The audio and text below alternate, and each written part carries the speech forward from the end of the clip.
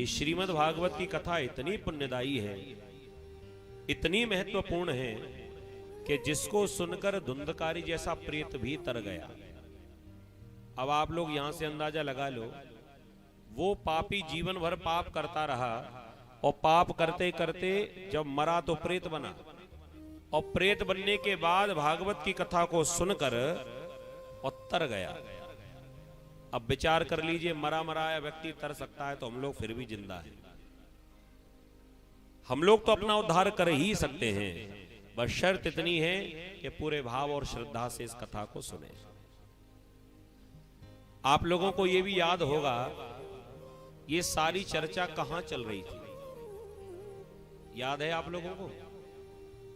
नैमिषारण्य तीर्थ में। नैमिषारण्य तीर्थ में सूत जी महाराज शौनक जी के संग में विराजे 88,000 महात्मा उन सबको श्रीमद् भागवत कथा का महत्व समझा रहे हैं। और महात्मा सुनाने के बाद में जब ये पता चल गया कि इस कथा को सुनने से लाभ क्या है, देखो बात सही है, हम लोग काम वही करते हैं जिसमें थोड़ा बहुत हमारा लाभ छुपा हो, सही है। यदि हमारा कोई लाभ ना हो हम वो काम नहीं करेंगे। तो महात्मा की कथा में केवल ये बताया गया कि ये कथा सुनने का लाभ क्या है, ये महिमा में बता दिया सब कुछ। अब भागवत की कथा को श्रवण कराया। तो आइए अब भागवत जी में हम लोग प्रवेश करें। और सूत जी महाराज ने 2 श्लोकों में मंगलाचरण गाया है, और ये दोनों श्लोक ब्रह्म सूत्र से लिए गए हैं। महाराज सूत जी ब्रह्म सूत्र के माध्यम से क्या कहना चाहते हैं? बोलिए भक्तवत्सल भगवान की जय। बहुत बढ़िया।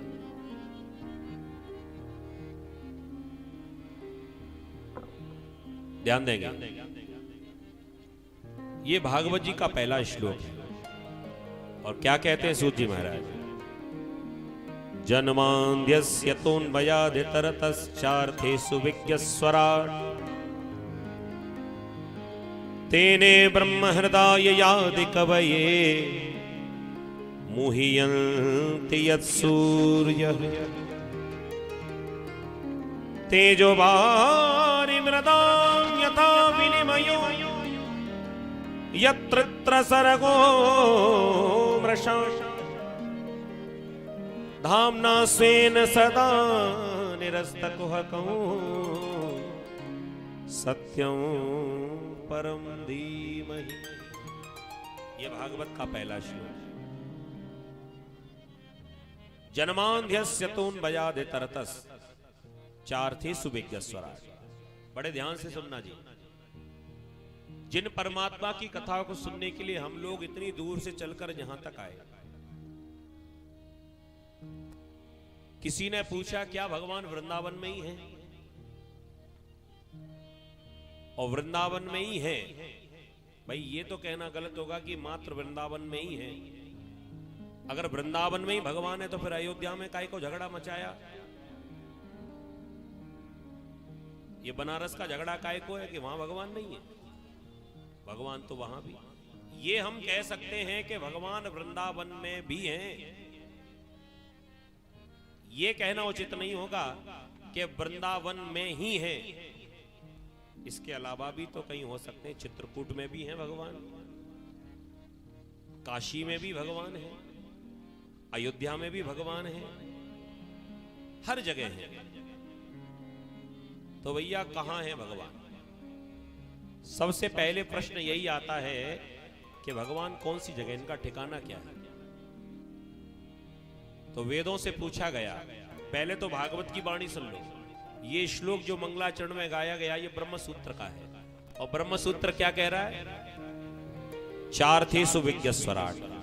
जिस परमात्मा की हम खोज कर रहे हैं, जिन परमात्मा की कथा सुनने के लिए यहां पर एकत्रित हुए हैं, जिनका दर्शन करने के लिए हम आए हैं, ये कहां है?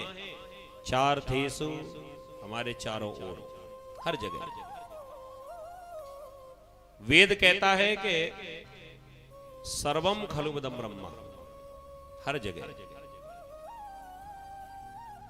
वेदों की वाणी ना सुनी हो कोई बात नहीं, रामायण तो सबने सुनी है। तो यही बात रामायण में, रामचरितमानस में हमारे गोस्वामी तुलसीदास जी महाराज कैसे कहते हैं, सिया राम मैं सब जग जानी, करहु प्रणाम जोर जुग पान। सिया राम में, भगवान हर जगह है। कबीरदास जी से पूछा गया, किसी ने पूछा कि कबीरदास जी आपके बहुत भक्त हैं, आपके हिसाब से भगवान कहां होंगे? तो कबीरदास जी भी क्या कह रहे हैं, घट घट रमता साइया, खाली घट ना कोई, बलिहारी वा घाट की, जा घट पर घट हो। भगवान तो हर जगह है। यही बात भागवत जी कह रहे हैं, यही बात ब्रह्म सूत्र कह रहा है, यही बात वेद कह रहे हैं, यही बात रामायण कह रही है और संत भी कह रहे हैं।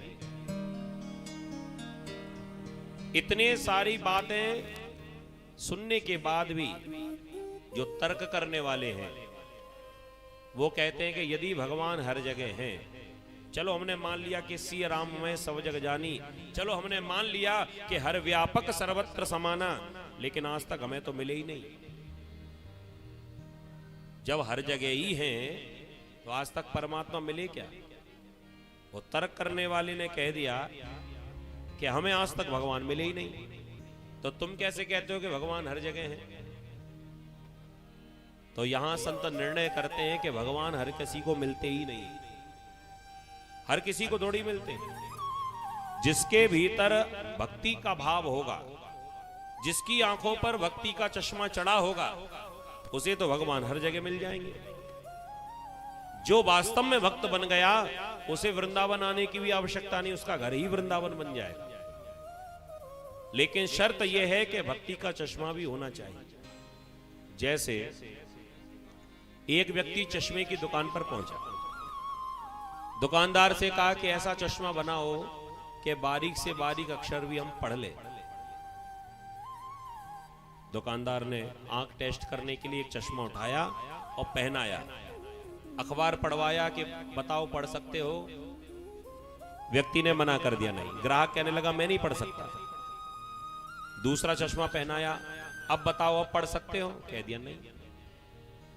दुकानदार समझ गया कि आंख बहुत ज्यादा कमजोर है, इतना मोटा लेंस का चश्मा भी पहनने के बाद पढ़ नहीं पा रहा। और मोटा लेंस एक उठाया और वो चश्मा आंखों पर चढ़ाया और फिर पूछा कि अब पढ़ सकते हो?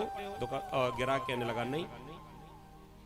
जितने दुकान में मोटे मोटे लेंस के चश्मे रखे थे सारे पहना कर देखे, लेकिन ग्राहक पढ़ नहीं पाया।